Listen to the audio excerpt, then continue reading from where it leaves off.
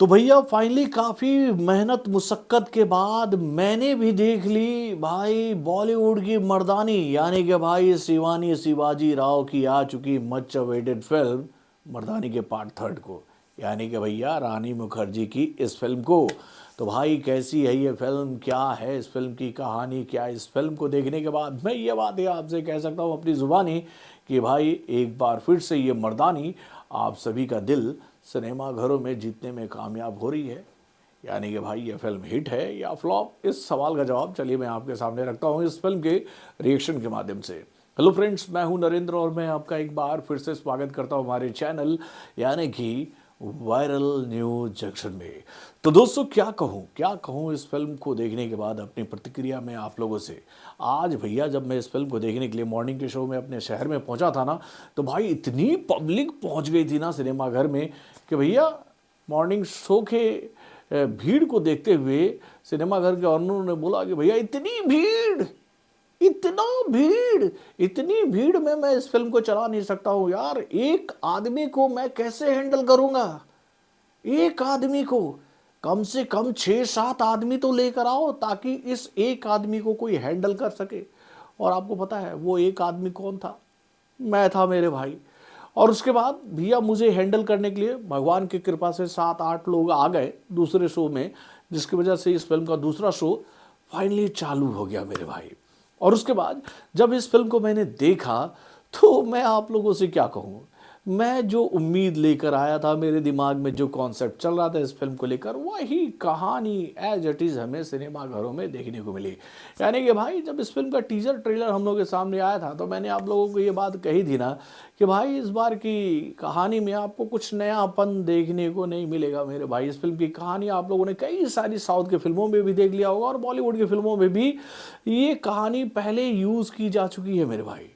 और ऐसा मैंने आप लोगों से क्यों कहा था, तो भाई एक सवाल मैं अक्सर बॉलीवुड के मेकरों से पूछता हूँ कि भैया जब भी आप लोग किसी भी फिल्म के टीजर और ट्रेलर को पब्लिक को दिखाते हो तो आपका मोटिव क्या होता है? क्या होता है कि पूरी कहानी को खोल कर रख देना, उस हुक पॉइंट को पब्लिक के सामने खोल कर रख देना जिसको पब्लिक सिनेमा घर में जाकर देखे और उसके किरदार को देख कर ये बात कहे कि भाई अच्छा इस बार मर्दानी का मुकाबला इससे होने वाला था। आप लोगों को याद ही होगा कि जब मर्दानी का पार्ट 2 आया था तो भाई उस फिल्म का सबसे मुख्य पॉइंट क्या था? उस फिल्म का विलेन यानी कि भैया विशाल जेठवा, जिसने क्या किरदार निभाया था मेरे भाई, पसीने छुड़ा दिए थे रानी मुखर्जी जैसी बेहतरीन अदाकारा की अपनी बेहतरीन एक्टिंग के माध्यम से। और इसी वजह से मर्दानी का पार्ट 2 पब्लिक को काफ़ी पसंद आया था।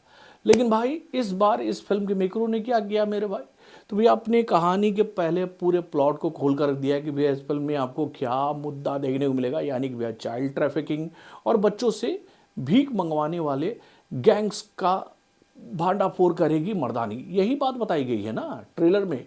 और उसके साथ इन लोगों ने क्या कहा, तो भैया उस फिल्म का जो सबसे बड़ा हुक पॉइंट था यानी कि भैया इस फिल्म के मुख्य विलेन अम्मा जिसका किरदार निभा रही है मल्लिका प्रसाद, भैया उसके लुक को भी इन लोगों ने रिवील कर दिया और उसके किरदार को पूरी तरह से खोलकर पब्लिक के सामने रख दिया इस बात की जानकारी के साथ कि भैया इस बार मर्दानी का मुकाबला जो है वो इस खूंखार अम्मा से होने वाला है। यानी कि भाई वो चेहरा जिसको पब्लिक सरप्राइज तौर पर जाकर सिनेमा घरों में देखना पसंद करती है, उसके चेहरे को पहले ही इन लोगों ने रिवील कर दिया था टीजर और ट्रेलर में। और भाई यही कमी इस फिल्म के लिए हानिकारक साबित हुई है। जब पब्लिक को कहानी समझ में आ जाती है ना भैया किसी भी फिल्म के टीजर ट्रेलर को देखकर, तो भैया पब्लिक फिर सोचती है कि इस फिल्म को देखने के लिए जाएं या ना जाएं। अब देखिए मैं यहाँ पर एक उदाहरण देना चाहूँगा कि भैया टीजर और ट्रेलर कैसे कटना चाहिए। अब आप सोचो कि भैया शोले में एक ठाकुर है जिसके दोनों हाथ कटे हुए हैं और वो अपने इलाके के सबसे खूंखार डकैत से बदला लेता है और उसको पुलिस के हवाले करवा देता है। तो आपके दिमाग में ये सवाल उठेगा ना कि अबे जिस ठाकुर के दोनों हाथ कटे हुए हैं वो कैसे गब्बर सिंह से बदला ले सकता है? और इसी सवाल का जवाब तलाशने के लिए पब्लिक जाती है ना सिनेमाघरों में। तो भाई टीजर और ट्रेलर जो है आपकी फिल्मों का ऐसे कटना चाहिए कि भाई पब्लिक के दिमाग में लाखों सवाल हो कि भैया जिस फिल्म को हम देखने जा रहे हैं सिनेमाघरों में उस फिल्म में हमें क्या क्या देखने को मिलेगा, इस बार इस फिल्म में मुद्दा क्या होगा, इस बार इस फिल्म का विलन कैसा होगा, वो विलन जब मर्दानी के सामने आएगी तो वो उसका मुकाबला कैसे करेगी।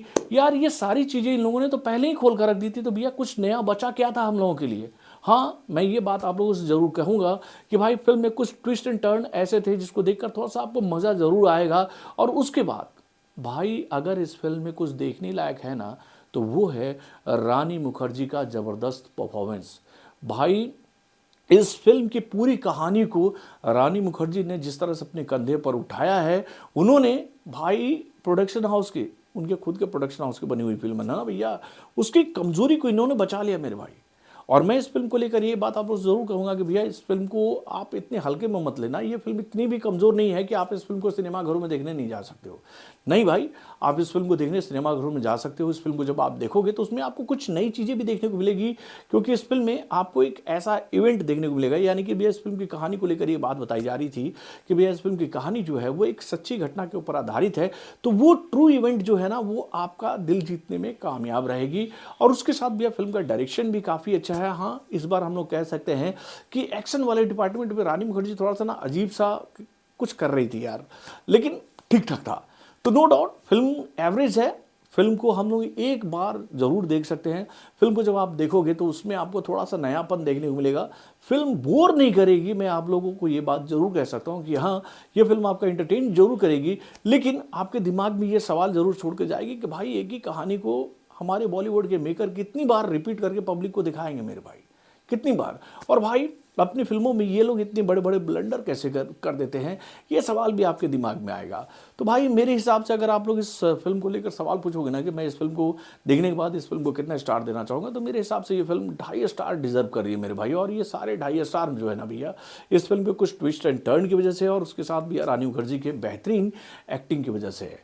लेकिन इस फ़िल्म की मुख्य विलेन को लेकर मैं आप लोगों से ये बात ज़रूर कहना चाहूँगा कि भाई इस बार इस फ़िल्म की जो विलेन है जो है ना वो थोड़ा-सा बनावटी नज़र आ रही थी मेरे भाई। वो क्रूरता, वो कहते हैं हार्शनेस जो था ना भाई इस फ़िल्म के पार्ट 2 में जो कि विशाल जेठवा ने किरदार निभाया था यार विलेन का, वो वाला फ़ील इस बार देखने को नहीं मिला मल्लिका प्रसाद के किरदार में, यानी कि भैया अम्मा के रूप में।